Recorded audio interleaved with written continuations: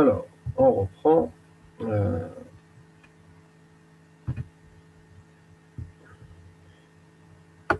donc, on a abordé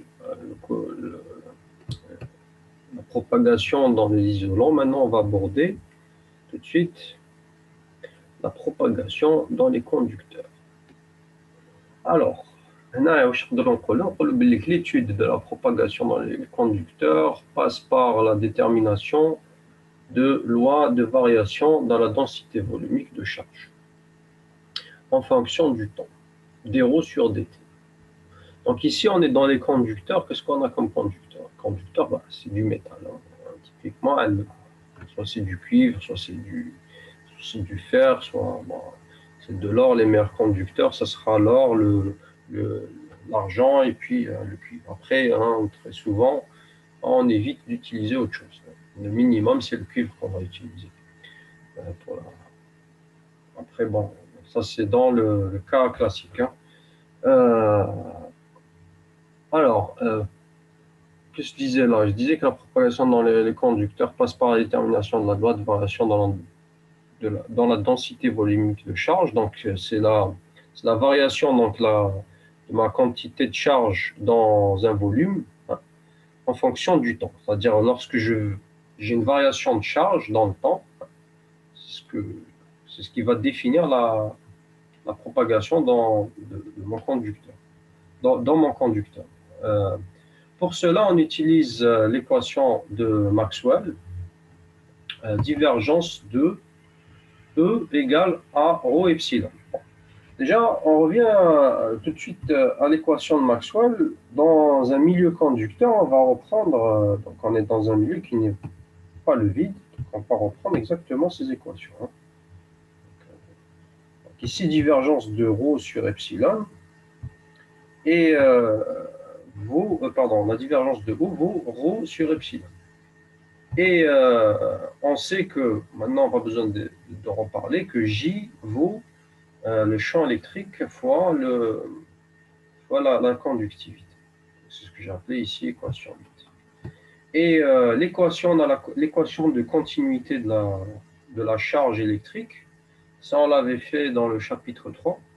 On avait on avait montré que divergence de J est égale à moins d sur dt.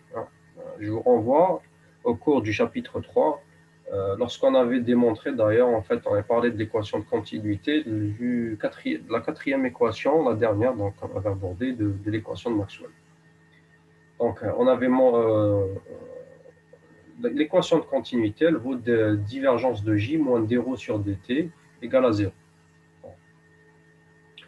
Lorsque je vais remplacer J par sa valeur, je vais remplacer 8 dans 9, ben on va trouver que divergence de E, il vaut une quantité moins 1 sur la conductivité, d sur dt. Bon, la divergence de E, comme on l'a vu dans l'équation de Maxwell, elle vaut ρ sur epsilon. Donc, ça veut dire que ρ sur epsilon est égal à moins 1 sur la conductivité, d sur dt. Comme vous pouvez voir ici, bon, je réarrange les choses. Je vais ramener d ρ sur ρ égale à moins la conductivité sur epsilon dt. Et ici, c'est la dérivée d'un logarithme, donc je vais intégrer. Je vais avoir une quantité donc, logarithmique de ρ est égale à moins la conductivité sur epsilon t plus une constante. Je vais mettre constante. Plus une constante. Bon, cette constante, elle sera déterminée par les conditions limites. On peut la poser tout de suite qu'elle vaut 0. Ça n'a pas d'importance. C'est-à-dire qu'au départ, il n'y a pas de mouvement de charge. Voilà. Où il n'y a pas de charge, je ne sais pas comment est-ce qu'on peut interpréter ça, mais globalement, on peut le mettre à 0. C'est ce qu'on va faire. Regardez juste la quantité pour simplifier l'équation. D ρ d'où ρ de t est égal exponentielle moins, donc ça, je peux l'écrire aussi, pour éliminer le logarithme népérien, ça implique que Si je veux garder juste le paramètre ρ, je vais avoir ρ de t est égal à exponentielle de moins gamma sur epsilon t. Donc, là, j'ai la variation dans le temps, c'est-à-dire une équation qui me donne, c'est-à-dire une évolution de ma densité de charge par rapport au temps. Hein, elle est liée, donc c'est une variation qui décroît en exponentielle, donc ça veut dire qu'il décroît très vite. Elle tend vers zéro. Hein, on le voit bien ici, elle tend vers zéro. Et surtout qu'elle va tendre tout de suite vers zéro, hein, même au début de notre c'est-à-dire même au voisinage de T0, c'est-à-dire même si le temps, c'est-à-dire c'est indépendant du temps, c'est lié au fait que, en fait, puisque j'ai une conductivité qui est, c'est-à-dire je suis dans un conducteur, et la conductivité dans un conducteur, elle est très élevée. Hein. Elle est très souvent dans un temps vers l'infini, on va dire, dans un, j'ai pas les chiffres en tête, mais bon, c'est quand même de l'ordre de 10 puissance 9 Siemens par mètre, ou quelque chose comme ça. Donc, vous voyez qu'elle tend très vite vers zéro pour un bon conducteur, hein, sans parler du paramètre temps. Donc, ça veut dire que ma densité de charge va tout de suite être zéro. Alors, pourquoi tout simplement parce que les charges, lorsque elles vont se combiner pour aller créer un courant, quand elles vont se mettre en mouvement. Donc, dans les équations de Maxwell et dans un tel milieu, la densité de charge peut être négligée. C'est-à-dire lorsque je suis dans un conducteur, dans les équations de Maxwell, on voit bien à partir de cette équation que la densité de charge peut être négligée. On peut simplifier nos équations. Alors, dans un conducteur, ça c'est une remarque, les charges ont tendance à se répartir à la surface de ces conducteurs, hein, des conducteurs, surface du conducteur, pour participer à la génération du courant. Voilà l'explication, on va dire physique. Mais en termes mathématiques, lorsqu'on voit ça, bon, on peut dire qu'on peut négliger le paramètre densité de charge. Bon, voilà, puisque j'ai trouvé ça, je vais remplacer dans mon équation. Donc, ça veut dire que mon équation, telle qu'elle, eh ben, ça vaut 0. Et d'ailleurs, même, on n'a pas besoin de faire toute cette gymnastique, hein, l'équation du champ H, puisque lui, hein, dans un milieu qui est, comment dire, un milieu à dominance électrique, eh ben, il vaut ça, hein, déjà dès le départ. Donc, en fait, j'ai le même type d'équation pour le champ électrique et pour le champ magnétique dans un milieu qui est un milieu électrique, à dominance électrique. Donc le champ E est une onde qui s'écrit, alors qu'est-ce que j'ai mis là? E égale à machin, donc comme tout à l'heure, donc en remplaçant dans l'équation ci-dessus, on trouve. Donc qu'est-ce qui va se passer? Parce que je vais faire la dérivée spatiale, donc il y a une dérivée seconde de mes quantités spatiales, donc comme j'ai dit, on va dériver, c'est ça ma quantité spatiale de l'équation, donc c'est Kr.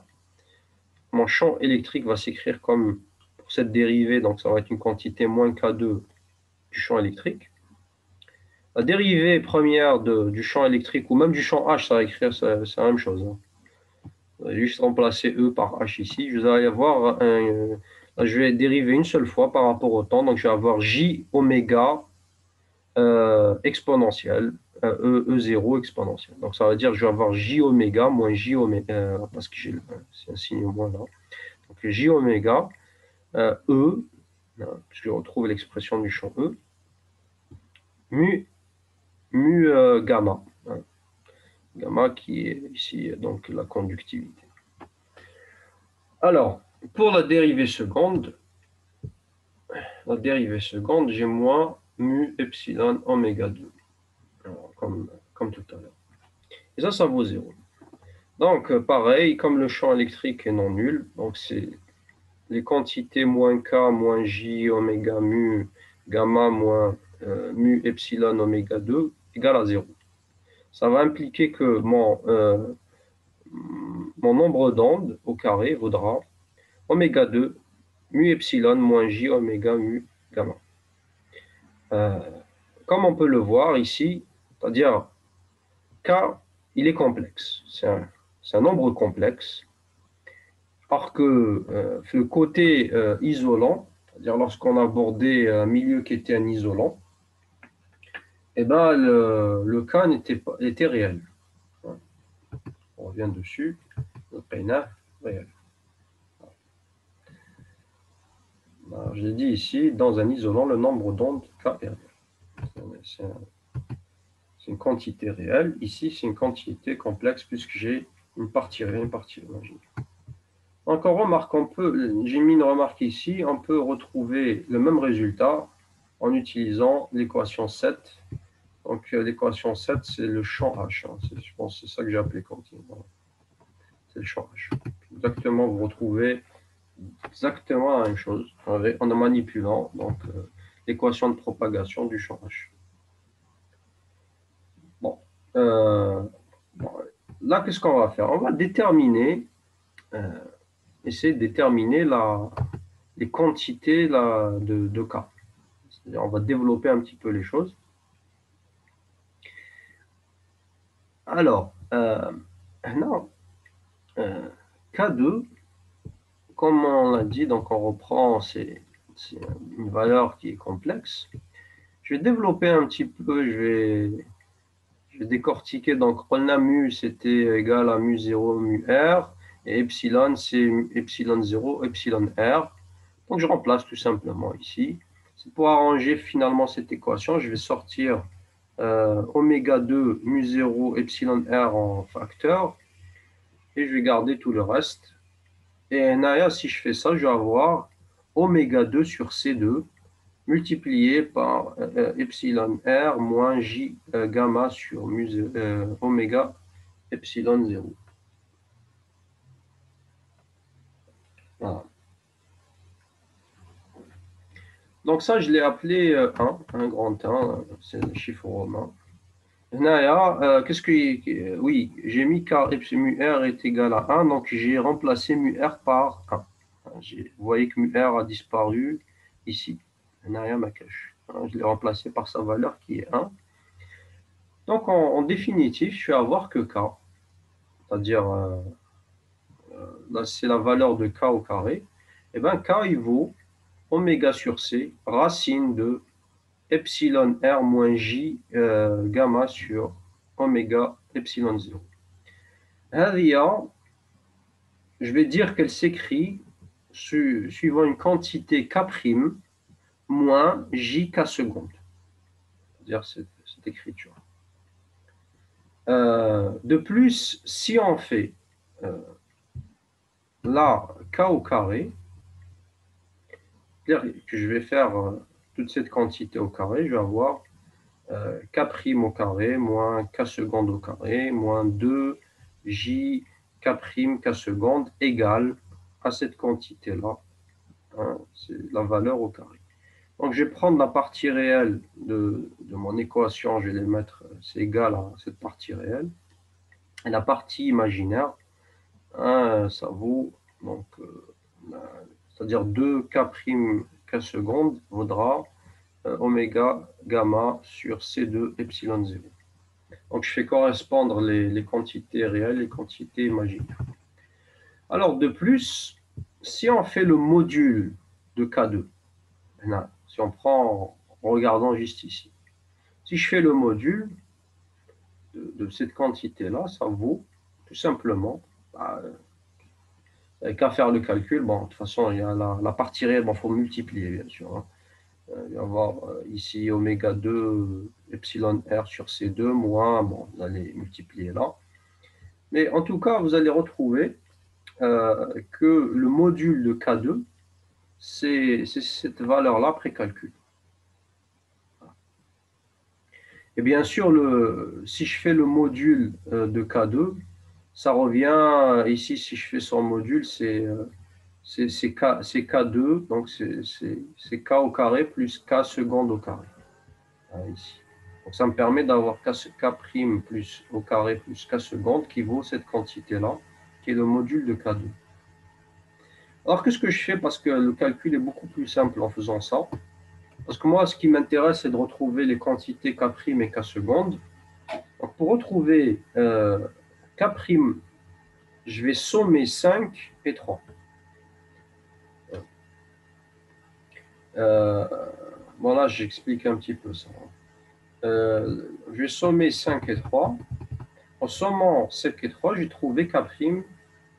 Et K', après calcul, je vais trouver qui vaut oméga sur racine de 2 C fois racine carrée de epsilon R, racine carrée de 1 plus racine carrée de 1 plus gamma sur oméga epsilon, hein, le tout au carré. Voilà. Bon, en faisant la même chose, ici, je vais plutôt soustraire 3 avec 5. Hein, donc 5 étant l'équation 5, qui est celle-là, je vais soustraire A3. Et là, en faisant ça, je vais retrouver K', K seconde, pardon, équivaudra, là, voilà le K seconde, il n'est pas écrit seconde, K seconde, K seconde, elle vaudra oméga sur 2C, racine de epsilon. Et là, je vais avoir la différence, c'est que j'ai un moins 1. Sinon, globalement, c'est la même chose. Voilà. Alors, pourquoi est-ce que... Regardez ça.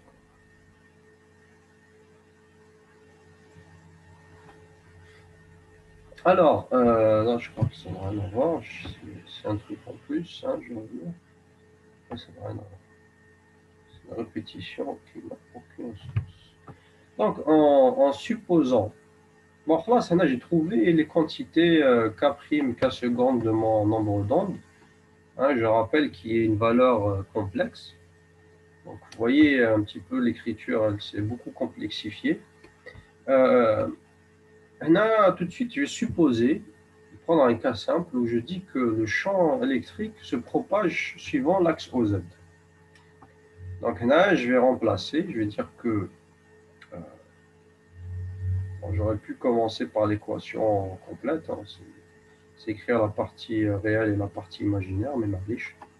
En tout cas, la résultante, c'est que je vais avoir exponentielle moins k seconde z multiplié par exponentielle j oméga k moins k prime z. Alors, cette quantité, ça c'est l'équation donc, classique de mon champ électrique, donc c'est sa variation dans, dans l'espace, dans le temps. Mais cette exponentielle, cette quantité exponentielle moins K'Z va représenter en fait une atténuation. Et cette atténuation-là, c'est ce qu'on appelle l'épaisseur de peau. Hein. Alors, c'est l'expression terme. Hein. L'épaisseur de peau, معناتها سمك الجلد. Je pense qu'on doit traduire mot à mot. Mais سمك الجلد ماذا, c'est en fait, vous allez comprendre l'idée. C'est-à-dire, en fait, c'est... Bon, pour l'instant, on va garder le terme, après je vais vous expliquer. Alors, l'épaisseur de peau, il se calcule comme ça, il se définit avec ce symbole-là, j'ai oublié le nom, qu'importe. En tout cas, il vaut 1 sur K seconde, et c'est l'épaisseur de peau. Donc, globalement, on peut remplacer l'expression dans l'exponentielle. Ça vaudra moins 1 sur la quantité en question, Z. Et donc, si je reprends ce dessin-là, qu'est-ce qu'on veut dire par l'épaisseur de peau? C'est-à-dire, en fait, quand vous avez un champ électromagnétique, par exemple, qui arrive, qui vient rencontrer une surface métallique. Hein, c'est-à-dire que j'ai mon champ électrique qui est en parallèle avec le conducteur.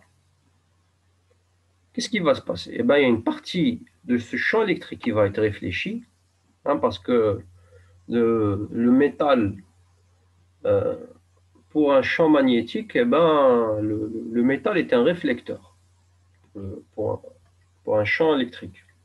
Donc, une partie va être réfléchie, mais une partie va être quand même transmise, mais elle va être transmise jusqu'à une certaine épaisseur, une épaisseur à l'intérieur du métal. Et donc l'onde, je l'ai représenté ici, l'onde qui va être propagée dans le métal, eh ben, il va avoir tendance à s'atténuer exponentiellement. Et c'est la quantité que vous voyez ici dans l'exponentielle qui est liée à l'épaisseur de peau que vous voyez là.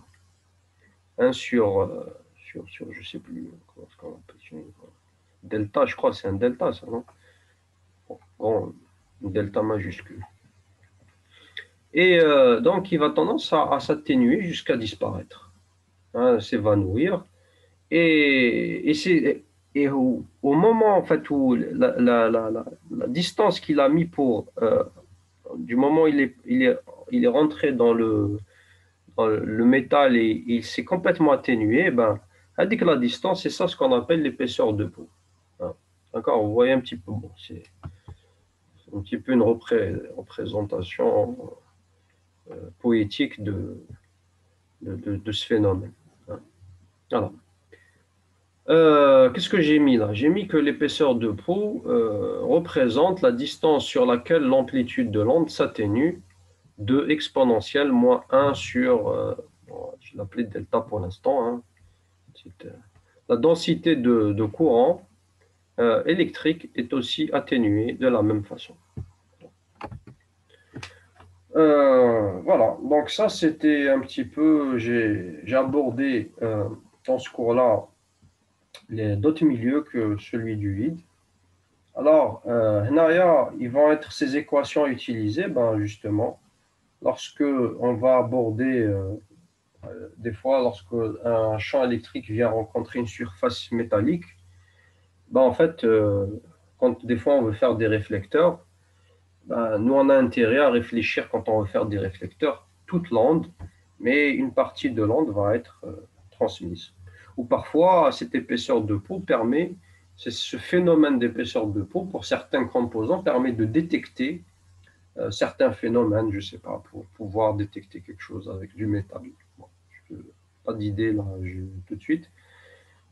Et ou bien pour le cas de l'isolant, eh ben, on va utiliser la propagation de l'onde électromagnétique dans un isolant, type le silicium qui est utilisé dans les systèmes de communication tels que vos téléphones, pour transmettre l'onde électromagnétique qui transmet l'information.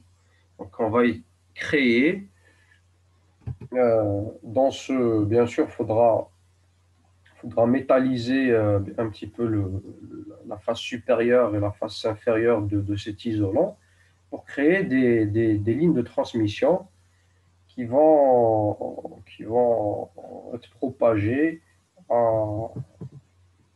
c'est-à-dire sous forme de cette équation. C'est-à-dire on va utiliser cette équation, elle va être propagée. Donc, ce sera une onde transverse électromagnétique qui va obéir à cette équation. Voilà, c'est un petit peu ce que vous avez. Donc, ça, c'est ce qui caractériserait un petit peu le début des lignes de transmission. Hein, généralement, on va aborder ça avant d'aborder les lignes de transmission telles que les guides d'onde ou les lignes planaires telles que les lignes micro-rubans. Bon, que ça ne vous dit rien tout de suite, mais c'est des technologies qui sont très utilisées actuellement pour faire fonctionner tout ce qu'on utilise actuellement. Même les lignes coaxiales que vous utilisez pour vos paraboles, etc. Donc ça obéit à toutes ces équations-là. Mais sinon, nous, c'est la partie propagation dans le vide qui nous intéresse. C'est-à-dire tout ce qu'on a développé, je dirais, dans le chapitre 4 pour les antennes. Ce qu'on verra, quand je dis que ça nous intéresse, c'est parce que nous, on va se limiter à ce semestre deuxième, Inch'Allah, على les antennes. Au passage بالعربية يقولوا لهم الهوائيات. C'est parce qu'ils envoient les ondes électromagnétiques في الهواء, donc dans le vide, ce qu'on appelle en français dans le vide. Voilà. Est-ce que vous avez des questions? On va...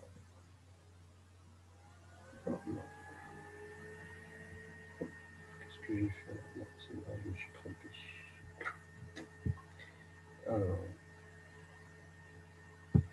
Alors l'exercice 4, les champs électriques caractérisant une onde plane sinusoïdale se propagent dans le vide. Et de la forme, on vous donne le champ électrique, donc, qui vaut E0 cosinus oméga t moins kx. Il est donc maintenant, le champ électrique, il est porté sur l'axe Z, puisqu'il vous dit que c'est IZ.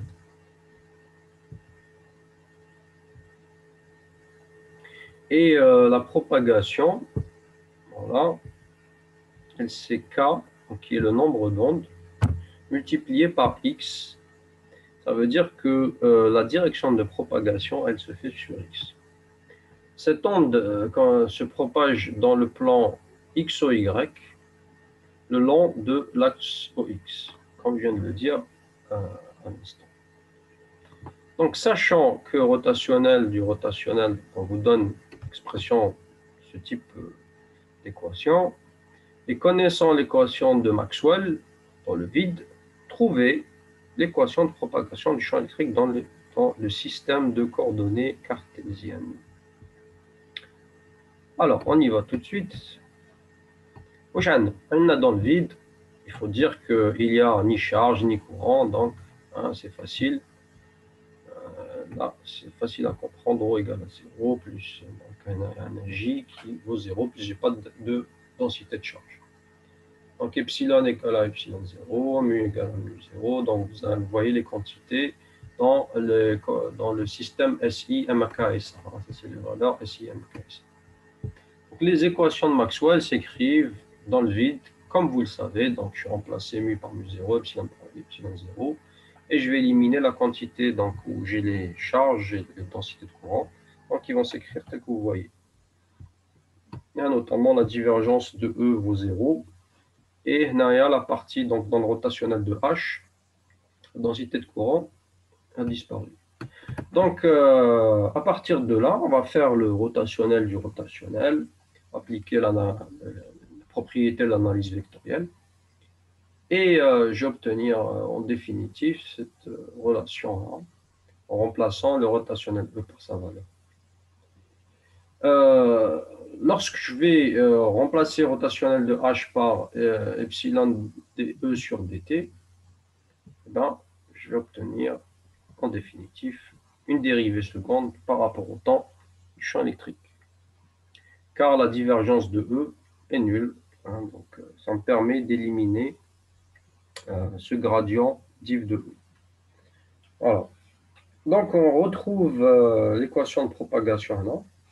Donc ici, où je vais avoir Laplacien du champ électrique moins 1 sur C2. Donc pourquoi? Parce que je vais avoir mu 0 epsilon 0. Donc c'est la quantité au carré de 1 sur C2. On le voit ici puisque C est égal à racine moins 1 demi de mu 0 epsilon 0. C'est puissance moins 1 demi. Donc ça veut dire 1 sur mu 0 epsilon 0. Racine carrée. Et ça vaut, si vous faites le calcul à partir des valeurs ici, que vous avez là, qu'on vous a donné, qui est celle-ci, ben vous allez trouver, donc mu 0 epsilon 0, vous allez trouver à peu près égal à 3 10 puissance 8 mètres secondes.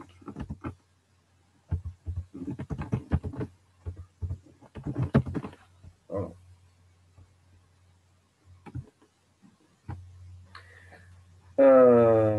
donc ça implique que ma vitesse de propagation est 1 sur C2, qui est la vitesse de la lumière. Voilà. Je pense que c'est tout, hein. Après, bon, ce qu'il y a lieu de dire, c'est que, en fait, vous voyez ici que mon onde se propage seulement sur l'axe des X. Ça implique que mon Laplacien, il devient Laplacien scalaire. Et je vais dériver seulement sur X. Je vais dériver sur X 2 fois.